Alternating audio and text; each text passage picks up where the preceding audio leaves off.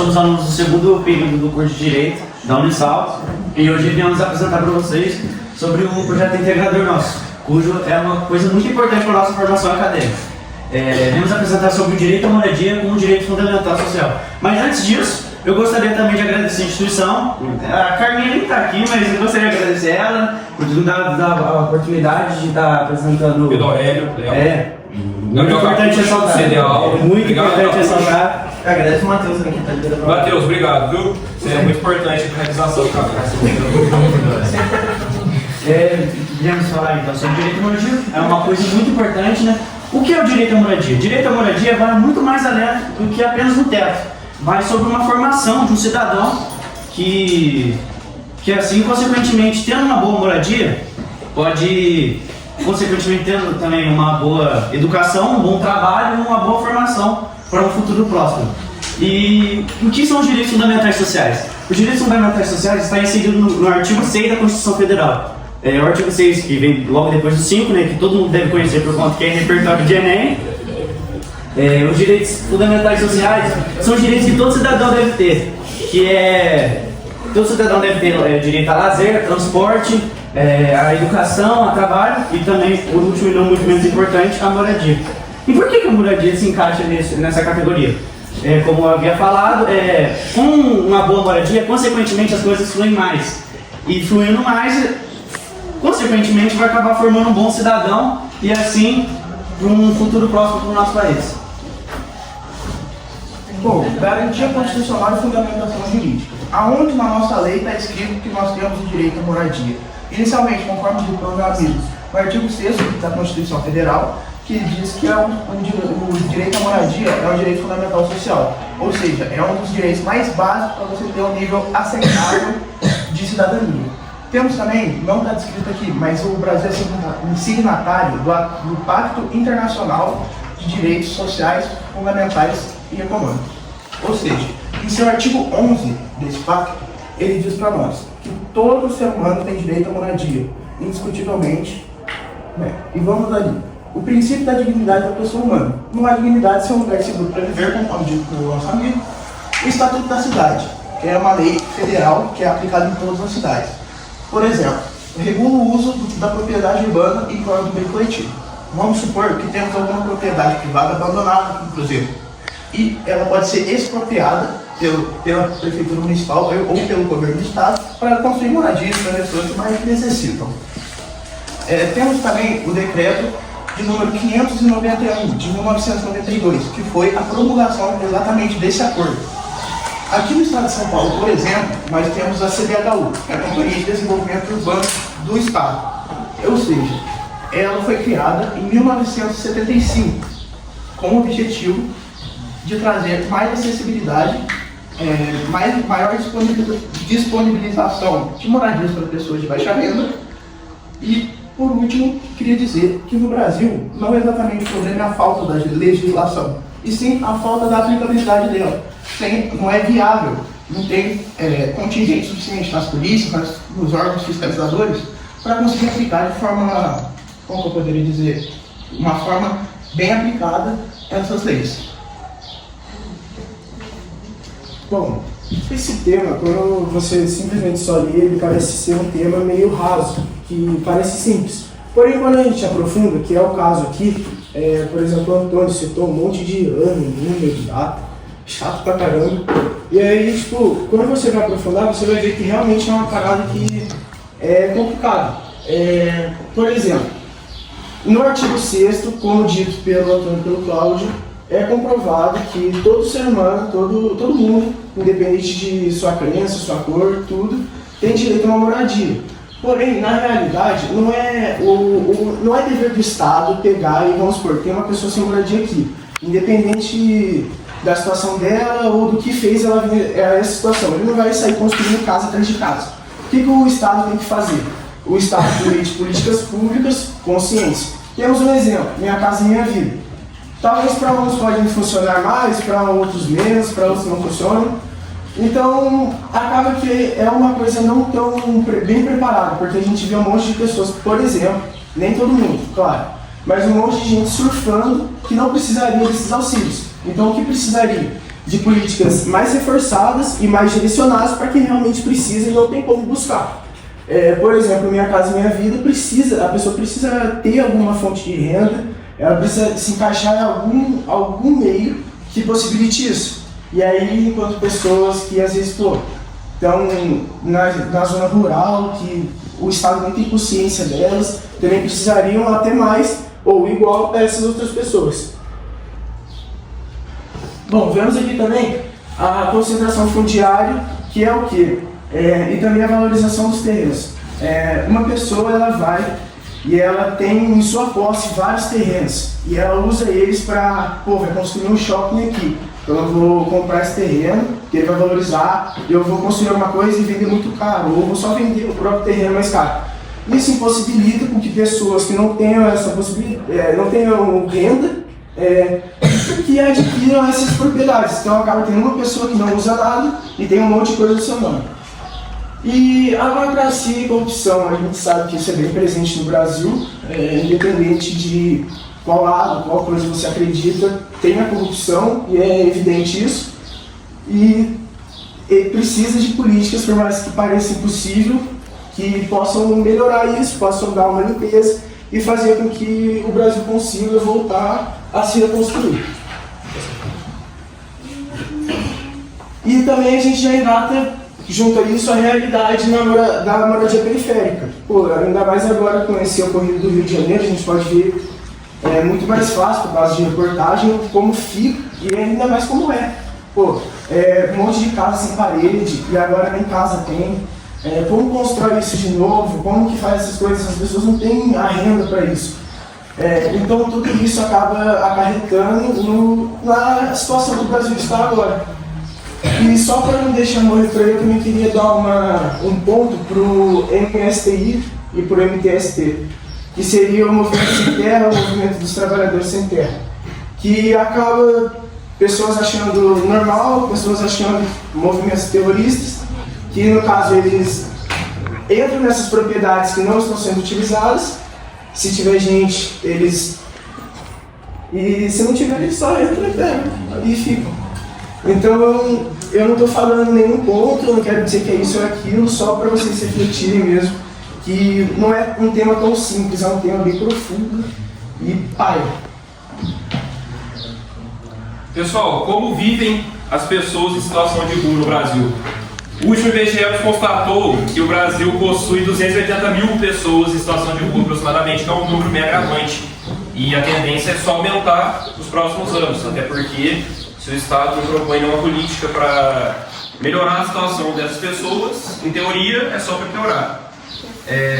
O Manfroy, Rafael, falou um negócio que é muito verdade. O Estado ele não tem por dever que construir uma casa para cada morador de rua, mas ele deveria garantir que cada um estivesse naquela situação, por meio, obviamente, das coisas que eles teoricamente garantem na Constituição. E é uma situação bem complicada, porque ninguém gosta de parar o carro no semáforo e ser abordado por pedinte pedindo dinheiro, sendo que eles poderiam estar fazendo outra coisa. Só que isso, infelizmente, é um reflexo da situação que o nosso país está, no qual, infelizmente, as políticas públicas não estão sendo levadas ao pé da letra e exercidas da maneira que deveriam ser. Nós trouxemos até o trecho de um vídeo, vocês poderiam estar dando uma olhada, de como é a realidade dentro de uma comunidade do Brasil, que nada mais é do que um reflexo dessa falta de, inclusive, peço perdão a qualidade da imagem, a gente não viu que estava assim, mas basicamente são moradores de rua embaixo de um viaduto. Voltando ao assunto, as comunidades nada mais são do que um reflexo de pessoas que possivelmente estavam em situação de rua e que em reunião, no caso conjunta, formaram pequenas comunidades que com o passar do tempo resultaram nas favelas, comunidades aí que nós temos hoje. Nós vamos apresentar o vídeo para vocês, tem cerca de 7 a 10 minutos e vamos deixar essa frase para vocês darem uma refletida aí durante o vídeo, que é como o direito à moradia, enquanto direito fundamental social, pode ser efetivamente garantido num contexto de desigualdade estrutural e escassez de políticas educacionais, que cai justamente aí o que a gente estava falando. O que é a favela da Rocinha sobre é um as país à políticas do parte governo dentro do Brasil? Como um brasileiro, eu sempre ouço falar nas histórias das favelas, das pessoas, da comunidade, das guerras, mas também sei que a mídia fala muita coisa errada. Então decidi ver com meus próprios olhos como é a maior favela, não só do Brasil, mas da América Latina. Mas eu não queria visitar esse lugar como qualquer turista. Eu vim aqui para ver o dia a dia, conhecer as pessoas que moram aqui e até mesmo dormir aqui dentro. Eu conheci um cara que conhece um cara que tem uma namorada com um salão de beleza que estava fechado naquele dia. Então a gente podia dormir lá dentro daquele salão de beleza. Bom, estamos andando aqui pra achar um lugar pra dormir, na casa de uma amiga ali. Aqui parece que tem que abaixar pra me bater lá, vamos lá. Sério, olha quem tá comigo hoje. Vamos lá, irmão. Bom, estamos aqui chegando aqui, a gente vai se hospedar aqui. Parece que tá de noite mesmo, vamos lá. Vambora. Ó, tô entrando aqui dentro da casa. Aqui a recepção é VIP, compadre. Pô, cara, bom demais, obrigado aí pela ajuda. Cadê o brother? Aqui é o salão da minha esposa. Aí, sei, enfim, faltou luz, ela não vai trabalhar nem hoje nem amanhã. Mesmo se tivesse luz, a gente já tinha combinado de você ficar aqui. Sei, você quer ter uma experiência dentro da comunidade, a gente quer te receber da melhor forma. Valeu.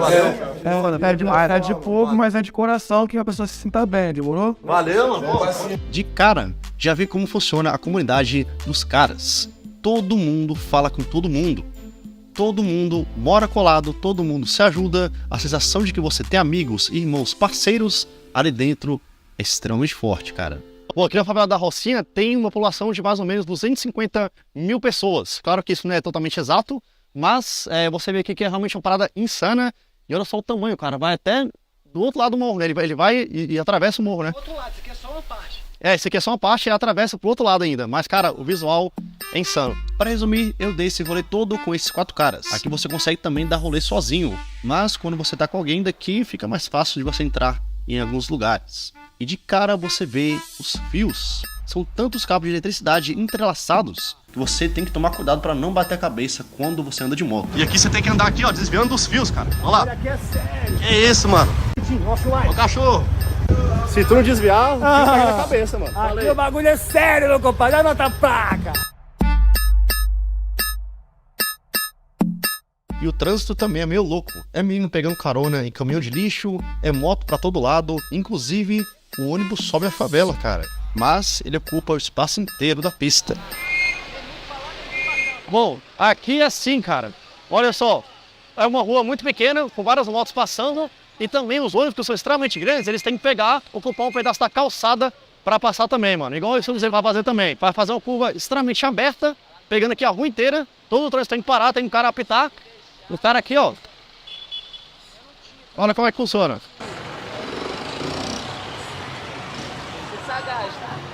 Caraca, mano. É muito grande, mano.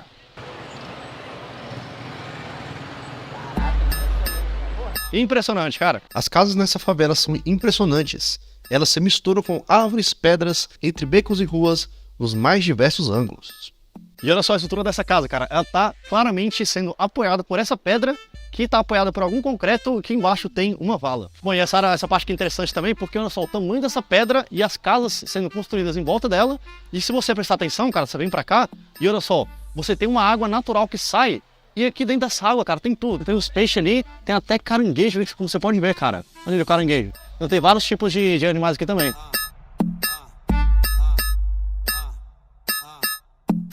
Bom, e essa aqui é uma das partes mais altas, olha só. Você sai aqui de várias casas aqui por uma paisagem dessa, mano. E o mais legal, ele falou que o aluguel aqui pode variar entre 350 a 600 reais. O local inteiro assim. Então é um preço, tipo, mais barato, né? Considerado ali pra baixo. Aqui é o seguinte, aluguel aqui nessa área começa de 350 e vai até 650, que aqui é a parte mais alta. Por que que é barato? Porque pra chegar aqui, mano, é luta, né, mano? Aí o cara tem que subir de mototáxi, tá ligado? Então faz compra, tem que sangrar e detalhe. Segurança aqui, ó, 24 horas, como é que ele fica. Nesse carro ele tá cansado, mas já veio com segurança. Aqui é um lugar muito vivo, com muitos animais por toda parte. E também acontece uma coisa que só tem aqui e nunca vi em nenhum lugar do Brasil, cara, que é você vender o segundo andar da sua casa. E muito interessante também, aqui o cara que é dono de uma casa, ele pode construir o segundo andar e vender o segundo andar da casa, mano. Então aqui, por exemplo, esse cara aqui, ele pode facilmente vender por 30, 50, 100 mil reais em segundo andar da casa dele, e o outro cara, ao invés de ficar só alugando o segundo andar, ele vai lá e compra só a laje do cara. E essa aqui é uma parte que só tem caixa d'água. Isso aqui é porque tem muita casa aqui embaixo, ali em cima, que não aguentam o peso da caixa d'água, então eles deixam aqui e tipo o cano vem e passa pra ela. Tanto é que aqui não é nem fio na cabeça, cara, é cano na cabeça, porque elas vêm e vão lá pra baixo, pra outras casas ali, só que elas ficam aqui, as caixas d'água. Ó, chegando aqui mais uma laje, aqui tem muita laje, cara. Tô chegando umas lajes aqui do nada, com a vista muito boa, mano. Várias casas aqui tem lajes com vistas incríveis, mas nem sempre é assim. Tem muitas casas com estruturas muito ruins que acabam caindo. Bom, esse aqui é um grande exemplo de uma casa mal feita e foi tão mal feita que ela foi condenada, então o pessoal aqui teve que evacuar a casa e quebraram ela porque ela tava dando muitos indícios aí de fatalidade, né? Podia acontecer alguma coisa enquanto alguém estivesse dormindo e tal. E esse aqui tá a situação dela agora. E o mais interessante, cara, é que isso aqui já faz mais pelo menos um ano e os caras não limpam essa parada aqui porque se limpar alguém vem e constrói de novo a casa, entendeu? Então essa aqui é a situação.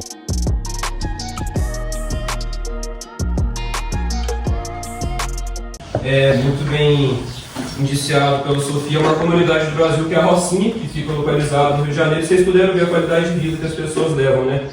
Ou melhor, a falta de qualidade de vida, até porque eles estão convivendo ali diariamente, tendo que, por exemplo, sair de casa, olhar para o lado e ver um esgoto a céu aberto, por exemplo. No Rio de Janeiro tem diversas comunidades, não sei se acredito que grande parte não teve a oportunidade e nem tem a vontade de conhecer, mas existem comunidades no Rio de Janeiro que possuem jacaré nas redes de esgoto, a céu aberto, não é um ou dois, não, é uma família de jacaré.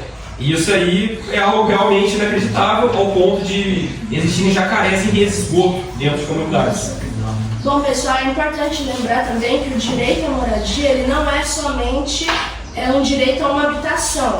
É uma habitação segura, uma habitação dentro dos padrões de saúde pública. E com o vídeo a gente pode ver que na Rocinha, e como em várias comunidades no Brasil, que são essas áreas mais periféricas, não é visto essa garantia constitucional. E a dificuldade de efetivação, como já foi citado, justamente é porque o Estado vai deixando de entrar, de ter a possibilidade de entrar nesses lugares e tratar esses problemas tão sérios. Então, risco de deslizamento, esgoto a céu aberto, saneamento básico, nada disso que a gente não encontra nessas comunidades também se enquadra no direito constitucional, o direito à moradia. Então, não somente ter uma casa, você já está exercendo esse direito. Essa garantia também garante lugares adequados para se morar e seguros, enfim. E apesar de toda essa dificuldade, já existem alguns movimentos sociais, políticas públicas implementadas pelo governo federal, como já foi citado como o programa Minha Casa Minha Vida, e também algumas outras possibilidades que podem ser realizadas individualmente, mas também com a ajuda do Estado. Eu vou falar um pouco aqui sobre alguns movimentos, são dois bem parecidos, que é o MST, Movimento dos Trabalhadores Rurais Sem Terra. Bom, o principal objetivo do MST é a reforma agrária. O que seria a reforma agrária? A reforma agrária ela trata de desapropriar, principalmente concentração fundiária, mas essa desapropriação não é somente você chegar e realizar uma ocupação, como eles realizam em diversos lugares. Para eles realizarem essa ocupação, eles são baseados juridicamente em leis que fundamentam em que caso uma terra pode ser desapropriada. São 4 requisitos para desapropriação de terra, que é o uso correto ambientalmente, o uso do ambiente correto, o uso racional e adequado dos recursos, bem-estar do proprietário e dos moradores e também uma relação de trabalho regular. Então, quando ele não cumpre esses 4 requisitos, a terra pode ser desapropriada. E o governo tem o dever de indenizar após a desapropriação, e aí acontecem as ocupações, que aí depois são destinadas a pequenos agricultores, famílias de baixa renda que moram na área rural. Eles também fazem vários trabalhos como produção, depois desses próprios acampamentos, que se torna o nome, eles fazem trabalhos de produção de alimentos orgânicos, enfim, diversas outras áreas, mas o principal foco do MST, que é um programa, um movimento em prol da habitação, é a reforma agrária, que também é prevista na Constituição e na lei jurídica brasileira. O Antônio vai explicar agora um pouco melhor o Estatuto da Cidade, só para dar seguimento com mais sentido. Bom, com certeza você já viu notícias de invasões ou ocupações de terras ou mesmo de construções abandonadas dentro da cidade. O MST e o MTST eles são bem pautados no Estatuto da Cidade, que eu citei agora um pouco anteriormente. Nesse Estatuto da Cidade estão presentes 4 requisitos que caracterizam uma desapropriação, e nele também está descrito quais são os objetivos do MST e do MTST. que são os objetivos de tornar a terra produtiva, e só principalmente não é a terra produtiva, na verdade. O MTST é basicamente o MST, mas ao invés de atuar na área rural, eles são focados na área urbana. Então eles desapropriam grandes prédios e tornam em casas habitacionais, eles desapropriam terrenos inexplorados, como eu já disse, e aí o governo sempre indeniza, mas esses dois movimentos, apesar de uma grande revolta que sempre se envolve em grandes polêmicas, tal, eles são bem importantes na garantia, na busca pela efetivação desse direito constitucional que todos nós temos, mas que nem todos podem usufruir da maneira correta como a Constituição dita. O MTST, ele também segue esses 4 requisitos para desapropriação. Depois desses movimentos, tem o MNLM também, que é basicamente a mesma busca sempre por habitação digna. Eles são contra grandes concentrações fundiárias, quando uma pessoa tem uma pessoa apenas ou poucas pessoas têm um número gigantesco de terras e acaba que várias outras ficam sem nada e a terra não é explorada, enfim.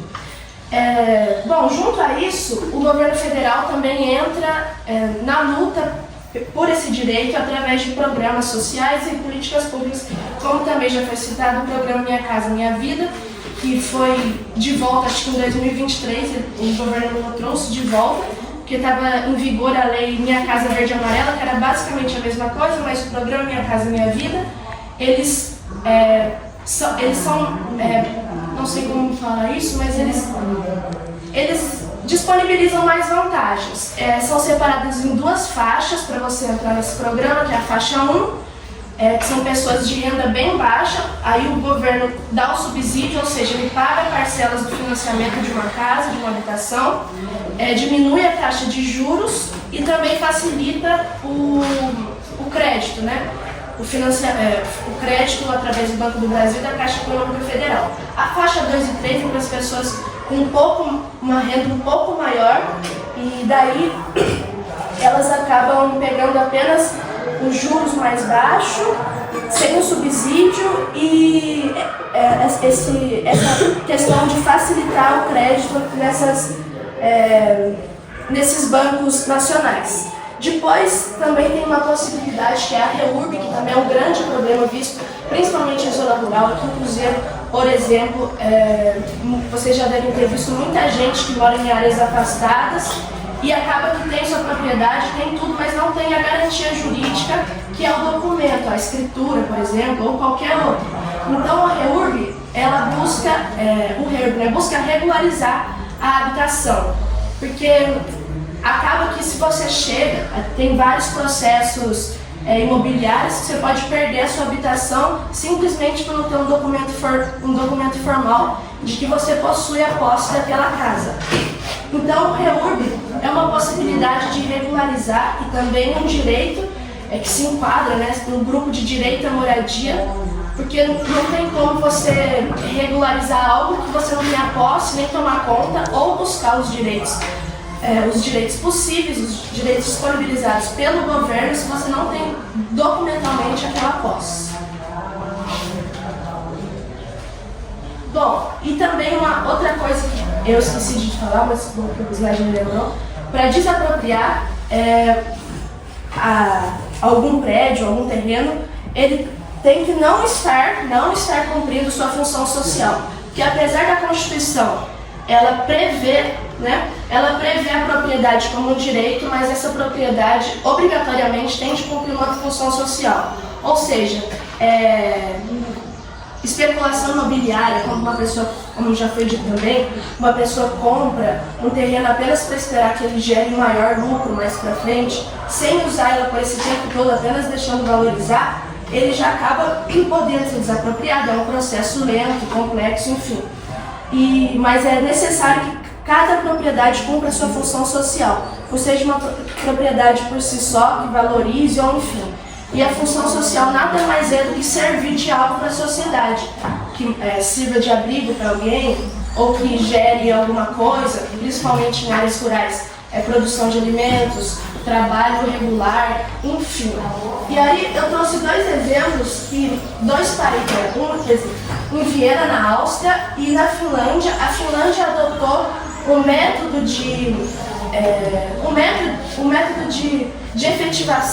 efetividade desse direito através de um baita programa, que ao invés de eles pegarem, que aqui no Brasil muitos programas, a pessoa em situação de rua, ela tem de provar que saiu de algum certo vício ou arrumar um emprego para que ela tenha o direito a uma casa. Na Finlândia, antes de qualquer resolução do problema pessoal da pessoa em situação de rua, eles primeiro disponibilizam a habitação e aí, após isso, o próprio governo, o próprio órgão público criam casas de habitação e, após isso, seguem com programas sociais, apoio psicológico, apoio toxicológico, enfim. E teve uma queda altíssima de problemas sociais, como também na economia foi uma grande melhora, porque apesar de ser um gasto alto, o governo bancar casas para a maioria das pessoas em situação de rua, acaba que depois ele economiza muito com a questão da saúde pública, que na rua você acaba muito mais suscetível a contrair doença, violência, enfim. E teve uma queda drástica, melhorou muito e é um grande exemplo no mundo de como exercer esse direito através de política pública correta, bem pensada e bem planejada, funciona. Em Viena, na Áustria, também teve quase o mesmo modo de lidar com esse problema, mas a uma escala menor. Então eles fizeram parecido, mas mais na cidade de Viena. Não, na Finlândia foi mais no país inteiro. Agora, em Viena, na Áustria, eles adotaram isso na cidade e também funcionou muito. E é realmente isso, buscar política pública enxuta, que funcione, para que diminua, né? Porque a taxa de violência, a taxa de saúde, tudo isso acaba que agrava muito mais quando as pessoas estão suscetíveis a isso, sem apoio, enfim, é mais ou menos isso.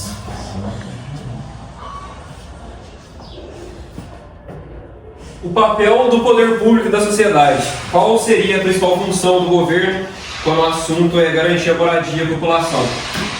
Conforme dito aí por todo mundo, o Estado, teoricamente, garante diversas, evidentemente, garantias à população que, na teoria, são aplicadas e, de fato, benéficas para a sociedade, mas na prática a gente sabe que não é isso. Infelizmente, o sistema é muito falho na aplicação e, de fato, na execução aí dos direitos que são, teoricamente, garantidos à população, enquanto a sociedade apenas vive o reflexo dessa falta de compromisso e profissionalidade do governo. A gente colocou aqui no slide que o papel da sociedade seria cobrar os governantes participar de conselhos municipais, combater o preconceito contra problemas sociais e moradias populares, que é basicamente uma função que não deveria nem ser colocada em pauta, né? Porque se o trabalho estivesse sendo feito da maneira que ele é para ser feito, isso seriam ações que não deveriam nem ser colocadas em pauta aqui. Então, de certa forma, a ideia que fica é que o Estado é muito falho em relação às medidas que eles mesmos garantem, ou seja, se o Estado não vai cumprir, ele não deveria nem garantir isso para a população. Bom, pessoal, para concluir, eu vou retomar um pouco a ideia para fixar na cabeça mesmo, que é uma coisa que eu mesma, antes desse trabalho, não sabia. Que o direito à moradia não é somente o direito a um teto, mas sim a um lugar que não corra risco, por exemplo, como é visto em vários lugares, risco de deslizamento, um lugar que não é seguro, como nas comunidades, é um grande exemplo, onde o Estado não consegue mais controlar a população e acaba que as pessoas que lá vivem ficam em situação de extrema vulnerabilidade social. E também dizer que, apesar de vários programas, como o Léo mesmo disse, o Estado, por exemplo, o Minha Casa Minha Vida, ele também tem uma grande dificuldade, um grande limite, que apesar deles disponibilizarem a casa, eles vão levando as pessoas de baixa renda cada vez mais para as periferias, para as áreas periféricas, e aí vão se criando cada vez mais comunidades que são áreas de difícil acesso, são áreas precárias, de moradia precária, segurança precária, saúde precária, onde a população sofre com todo tipo de problema, acessibilidade, Muita cadeirante em comunidade, por exemplo, eles acabam que tem de descer aqueles becos com as mãos, assim, porque a cadeira de roda não passa. Rastejando. E é realmente uma queda na qualidade de vida da população brasileira, que reflete em todas as áreas de desenvolvimento do país, que concentra um grande número de pessoas, mas que acaba que as pessoas ficam um pouco sem rumo, porque não tem um apoio, não tem incentivo e não tem possibilidade dentro desses lugares. Então, o direito à moradia é um direito de todo cidadão, um direito à cidadania, que tem de ser disponibilizado não só o teto, mas um teto seguro, um teto com qualidade de vida, uma casa bem planejada, num lugar bem planejado, que haja programas de cultura, que tenha uma vida boa e que o Estado possa garantir isso, mesmo que a família não tenha possibilidade, com uma boa renda, de propor isso a filhos, enfim, buscar trabalho. Então, essa nossa pesquisa, que é do nosso projeto integrador de extensão, sempre tem que ser um tema social, que é mais para conscientizar, porque acaba que a gente é surrado sempre por notícia e fica por isso mesmo, porque é sempre notícia muito chocante, com manchete muito chocante, mas que nunca explica justamente o real problema e como isso poderia ser resolvido. E aí a gente mostrou um pouquinho para vocês, que realmente é pouco, porque é um problema extremamente complexo, mas a gente espera que tenha ajudado a conscientizar, também a informar todos vocês, e agradeço a atenção. Muito obrigada. E se alguém tiver alguma dúvida também, obrigada.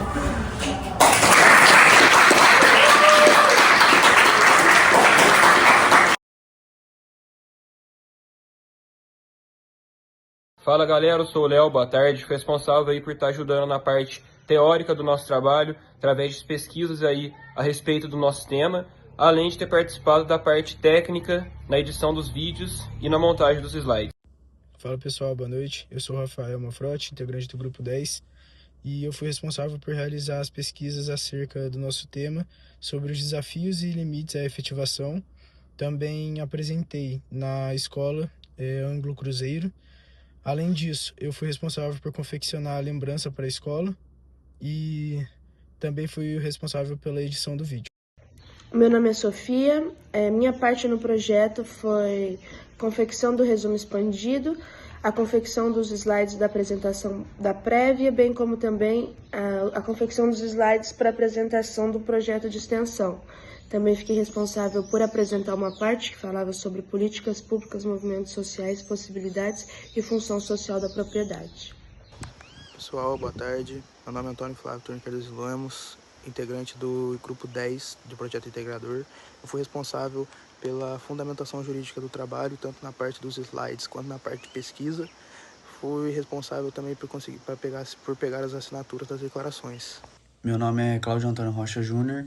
E a minha participação no projeto integrador foi somente as apresentações, tanto no dia que a gente apresentou em frente à turma como forma de teste, tanto no dia que foi oficialmente a apresentação na escola.